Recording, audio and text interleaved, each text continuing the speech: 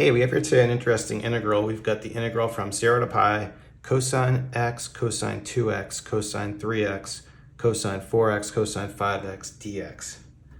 Now my first thought with this one is it's going to be really hard to fit on the thumbnail, so I hope that looks okay. But the other problem is, typically in a case like this, I want to use the different angle formula, but that formula works on just two terms at a time. So what would happen if we use the different angle formula is we'd have to group this and use it over and over and over again. I think if we use the different angle formula, we'd end up having to apply it 4 or 5 times. I'm not really sure. So that would work, but I think it would just be really tedious. What I wanted to try instead was a u substitution. And what I'm going to do, we'll add our bounds together. Our substitution will be u equals pi minus x. And then we can solve for a value of x. We'll take the derivative, and our dx value is going to be minus du. So I'll make the substitution, see what happens. Plugging a pi in here, I'll have 0. Plugging a 0 in, I'll have pi. So our bounds got flipped around this way. Now everywhere I have an x here, I'm going to be plugging in pi minus u, so I'm just going to write all that out. I just distribute in the coefficient on each of these, so we end up with 2 pi minus 2u, 3 pi minus 3u. And at this point, I'm kind of regretting leaving space there because I almost ran out of board. From here, what I'm going to take this minus sign on the du, and I'm just going to use that to flip my bounds around. And that's just going to get my bounds back to the way it was. And then from here, what I need to do is I just want to deal with all these angles that are gonna, and that's kind of complicating things right now. But we have a formula for this. So we have this formula down toward the bottom of the board that we're gonna use on this. And what I want to do, instead of doing these one at a time, I'm just gonna kind of write it in a general form like this, okay, where n is gonna be 1, 2, 3, 4, 5. And then we'll apply this formula and we'll have cosine n pi times cosine nu. Got a plus sign there, sine n pi, sine nu.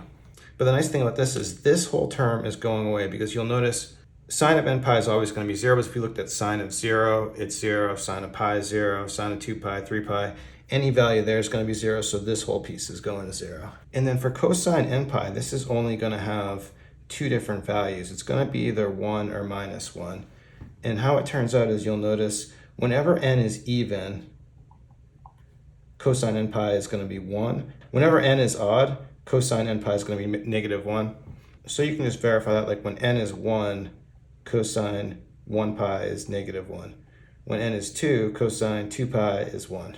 So what's going to happen is each of these terms are going to reduce pretty nicely. So like for this first time, we're going to have minus cosine of u. This term will be a positive cosine 2u. Okay, this one will be a minus cosine 3u. This one will be a positive cosine 4u, and this one will be a negative cosine 5u. Then from here, we can take all these negative signs and just kind of multiply them together. So if we multiply minus 1 times minus 1, we get plus 1 times minus 1 gives us a minus 1. So what I'm going to do is cancel all these out and just bring a minus 1 up front of the integral. And then from here, all I'm going to do is a simple variable change. I'm going to change this back to x so I can try to add these. So I can try to add this integral to this integral. Because it's a definite integral, I can change the variable name, so we'll just change it back to x.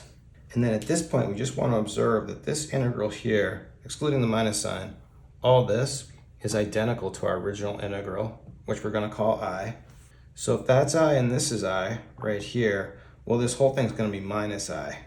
So just to make this really clear, we have our original integral I. We did a whole bunch of steps and we transformed this into minus I, right? Because we get the minus sign in front of our I here. But if I equals minus I, we can just add an I on both sides and we end up with 2I equals 0. And what that's telling us is I equals 0, so our original integral, the whole thing, is just 0. Anyway, we'll stop it there. Thanks everyone for watching today. Have a great day.